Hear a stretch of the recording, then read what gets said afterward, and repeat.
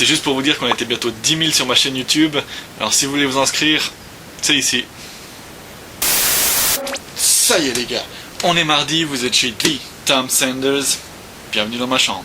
Si vous regardez cette vidéo, c'est soit que vous avez cliqué dessus par erreur, comme dirait un grand philosophe français, ou que vous mourrez d'envie de savoir comment réussir dans le monde du fitness. Et ben ça tombe bien, c'est le sujet de la vidéo. Règle numéro 1. Ou une. Un ou une. Arnaud, je suis sous IN, je trouve pas. C'est comme... Comme ascenseur. Ah ouais, t'as raison. Le premier conseil que je peux vous donner, c'est de vous informer.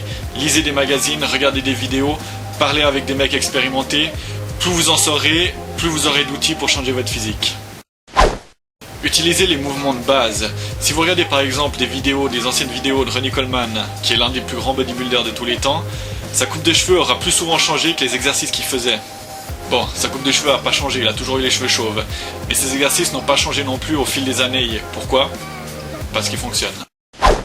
Prenez des notes. C'est super important que vous sachiez ce qui fonctionne pour vous ou pas. Et le meilleur moyen de le savoir, c'est de noter ce que vous faites au gym. Dans la même catégorie, ce que je peux vous conseiller, c'est de prendre régulièrement des photos de vous, pour être sûr que vous avanciez dans la bonne direction. Faites plus confiance à la bouffe qu'aux suppléments. Si vous commencez à vous faire avoir par toutes ces pubs de suppléments, déjà vous n'aurez pas les meilleurs résultats, et en plus ça va vous coûter un bras.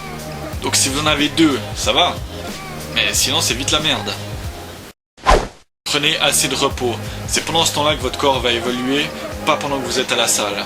Je parle pas seulement des jours de repos, je parle aussi du sommeil profond. Essayez de dormir au minimum 8 heures par nuit. Buvez beaucoup d'eau. C'est l'une des règles les plus sous-estimées. Beaucoup de débutants n'y pensent pas, mais votre corps est fait à plus de 70%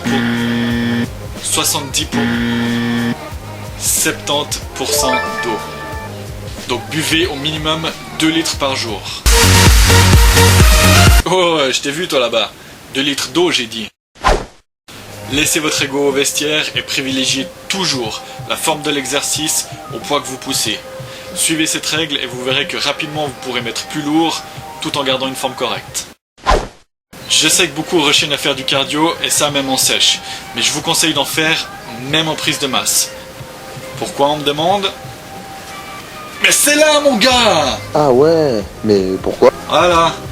Bah tout simplement parce que plus vous allez faire de cardio, plus vous allez manger, plus vous allez manger, plus vous allez faire de muscles. C'est QFD. La 9e règle, c'est tout simplement d'être patient. Vous vous lancez dans une aventure de toute une vie. Le but, c'est que vous soyez capable d'aller au gym à 50, 60 ans. C'est pas quelque chose qui arrive du jour au lendemain. Donc rien ne sert de courir, il faut partir à poil. Puis une fois que vous avez atteint ce super physique, il faut l'utiliser pour vous faire connaître et gagner un peu d'argent. Le meilleur moyen de vous faire sponsoriser, c'est de ne pas chercher à vous faire sponsoriser. C'est exactement la même chose avec les filles. Suis-moi, je te fuis, fuis-moi, je te suis. Vous devez comprendre ce que cherche une marque chez un athlète. Au-delà d'un super physique, ils recherchent surtout des mecs avec des énormes fanbases. Donc utilisez un maximum les réseaux sociaux. Snapchat, YouTube, Facebook, Instagram, Twitter, et faites-vous connaître. Et voilà les gars, c'est presque tout pour aujourd'hui. Il y a quelques jours, j'ai été invité par Harvey Capitano au VitaFoods Europe à Genève. Pour ceux qui ne connaissent pas, c'est l'une des plus grandes réunions de fabricants de matières premières pour les suppléments de la planète. Et je me suis dit qu'au lieu d'aller au FIBO juste pour me montrer comme beaucoup de youtubeurs le font, ou d'écouter les grandes marques te dire qu'il faut absolument acheter leurs suppléments, valait mieux aller au VitaFoods pour découvrir ce qui se cache réellement dans les pilules et dans les poudres. Et là-bas, j'ai eu la chance de rencontrer des mecs comme Eric Mallet, JP Vaux, Will Jensen, des mecs qui en connaissent énormément sur le sujet.